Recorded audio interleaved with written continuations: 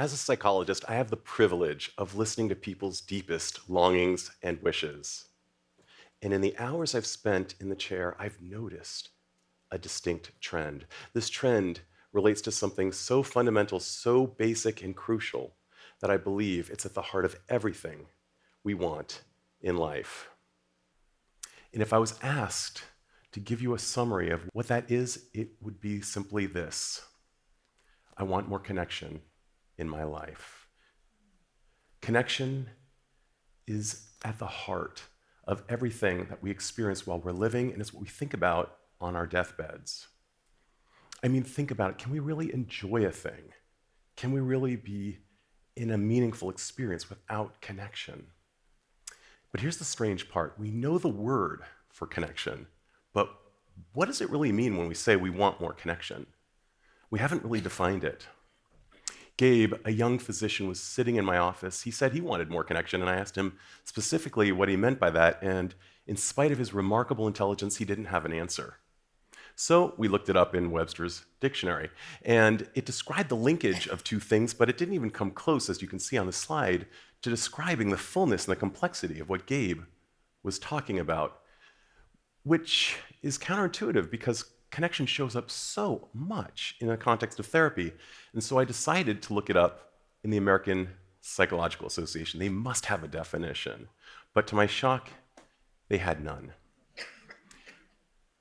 Which was further counterintuitive because if you thumb through the Diagnostic and Statistical Manual, this gargantuan book that we use for diagnosing, it describes various conditions like anxiety and depression, which contain elements of disconnection. And we know that connection can be an antidote to loneliness and depression. We desperately want connection, but we're often looking for it in all of the wrong places. And if we want a thing, we need to be able to define that thing, especially when the quality of our lives depend on that thing. So I called upon several of my colleagues, other licensed mental health practitioners, to help me create a working definition of what we believe people mean when they say they want more connection in their lives. Want to see what we came up with? Connection is an internal emotional experience. It is life force. It's that feeling that tells us we're truly alive. Like when we make a statement we know deep down is true. Our faces may light up. Time may feel like it's going faster or slower. We may exert energy, but we get that energy back in some other way. Or we could be in a state described as awe. Bottom line, connection is the experience of being truly alive. Now, it's interesting to note that most people think of connection as being us connecting to others, but there are actually 4 ways we connect. It starts with connecting to ourselves, then we connect to others, then we connect to the world, and then to something greater, regardless of our theology or lack of it. 2 other things my colleagues and I became aware of. Thing 1, in spite of the fact that each of these domains, these connection points, appear to exist on their own, they have the capacity to influence each other. So, for example, when I'm connected to myself, I'm more likely to be able to connect with others, the world, and something greater. Thing 2, connection is in and of itself a benefit multiplier. When we experience connection, we tend to affect others around us very positively. I'm going to tell you a few stories about the 4 ways we connect, but of course, all of the identities are entirely anonymized, and even they themselves wouldn't recognize themselves in the stories. But let's start with Mira, a 45-year-old rising executive who struggled to connect with herself. So, first way we connect, of course, is, as I mentioned, is to ourselves. Mira was complaining of extreme fatigue and back pain with no clear medical cause, and she came into my office and described a recent interaction she had with a friend. She was on a leave of absence, and she had just had a cup of coffee with this friend who asked her, "Where do you see yourself, Mira, in 20 years?" And Mira closed her eyes and imagined her future self, and when she saw her future self, she didn't like that future self.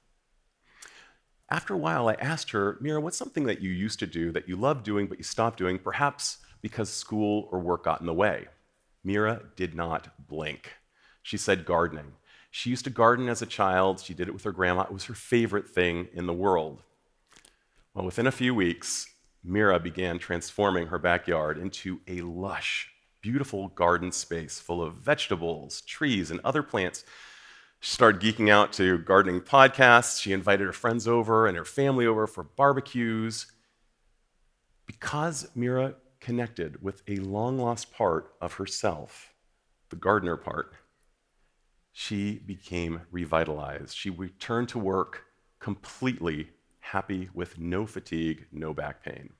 The second way we connect is to others, and others can include our romantic partners, families, friends, and even our pets.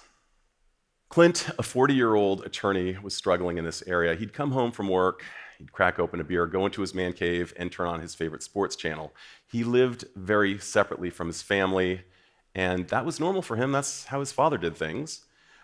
But at one point, his wife, Deb, who was at this point sleeping in a separate room, said to him, "I want a divorce." This came as a shocker to Clint because he loved his wife and kids, he just didn't know how to relate to them. They came into my office for therapy, and the first thing we worked on was real listening to each other. Within a few weeks, they were able to exhibit the skill of listening, and they told me this is the first time they had ever really heard each other. They were further armed with a dinner table conversation exercise that they used with their family. It's known as the rosebud and thorn exercise. They would talk amongst themselves about their rose, something that was good that happened that day, their bud, something that they learned that day, and their thorn, something that hurt that day. As a result of connecting to each other, Clint and Deb are now sleeping in the same bedroom. They go out on date nights. They get along far better with their children. They feel tighter as a family unit than ever before. Now, the third way we connect is to the world, and that includes work, community, art, nature, and our ancestry. While I could use myself as an example as one who struggled in all 4 points of connection, I'm actually going to use myself here, and this is not anonymized. I was 30 years old, happily married, had a house, a child, was expecting another child at some point, and one thing you can't see behind my smiling face in this photo was that I was actually very sad about one aspect of my life. I was not connecting to the world, and more specifically, I was not connecting to my work. You see, I felt relegated to a particular job because I had a learning disability. I didn't believe that I could ever become a therapist, the job of my dreams. I was dreading Mondays, I was having depression symptoms, and even panic, which, as you might imagine, was not great for my wife, who was very kind, loving, and supportive when she told me, "Go back to graduate school, pursue a doctorate during your nights and weekends." And so I did. And I'm so thankful because now my sons, who are now 2 of them, this is obviously an older photo, they now see a father who's in love with connecting with the world as I do. And they also get the added bonus of learning that work can be awesome. Fourth and finally, connection to something greater is available to all of us. Whether we do it in a place of traditional house of worship, or whether we do it, for example, under the stars, feeling the awesomeness of the universe, or feeling awe at a place like the Grand Canyon, belief in a higher power is optional here. Arjun was a 50-year-old software engineer, and he came to me telling me that he suspected that his family felt little connection to him. He also described a family vacation they had recently taken to Niagara Falls, and he said it was so beautiful that he actually wanted to tear up, and I said, "What kept you from doing so?" He shared a story. As a boy growing up in Bangalore, he was playing cricket, and he noticed a beautiful sunset, and in spite of himself, the beauty was just so overwhelming that he experienced awe for the very first time that he could remember. He started to tear up, which was not popular on the cricket oval. Boys started pointing at him and laughing and shaming him. And he learned to repress his innate emotional experience of losing that self-focus that awe incurs. So I asked him, would you be open to sitting in your backyard, observing the sunset and just noticing what emotions surface from within you. He did that for a few weeks, and he began to restore that repressed feeling of awe. He ended up inviting his family to join him, and now it's nearly a nightly ritual for that family to sit outside and enjoy sunsets together. And as a result of Arjun's, I would say even courageous, willingness to tap into something greater and that connection there, he feels a greater connection with his family. So now we've identified what connection is and the 4 ways we connect. How can we know if we're really connecting with an activity? I came up with a basic litmus test. I call it the feed test. Each letter represents an idea from psychology. Let's see if Mira and her love of gardening passes the feed test. The F stands for flow. Flow is that immersive experience where time just feels like it's going by and you don't even notice it. 2 hours could feel like 15 minutes, actually. And for her, she could feel challenged in the garden, and for her, for sure, she experienced flow. The first E stands for energize. Does this activity take energy from you and give energy back to you? For sure, Mira describes being energized as she gardens. The second E stands for educate. Are we learning as we do this thing? Not necessarily intellectually, but are we moving the needle in some way that improves our life? No question. Mira is learning as she gardens and as she geeks out to gardening podcasts. And lastly, the D stands for depth, or meaning. We humans are meaning-based creatures. Is it meaningful for Mira to garden? Absolutely. It's meaningful because it connects her with her ancestry, but also because gardening is meaningful in and of itself to her. Do you want more connection in your life? There are many ways we could pursue this, but I'm going to suggest 2 simple questions to get you jump-started. Question 1, is there an activity you used to love and still could, but one that you let fall away as you got busy and pursued your life's goals?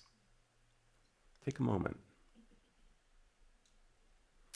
Question 2, thinking about the 4 ways we connect to ourselves, others, the world, and something greater, is there one that is lacking in your life that you'd like to supercharge now? Give that a moment. The ways we connect are entirely personal. Your job is to find your ways. Your current self will be grateful you did, and your future self is depending on you. Thank you.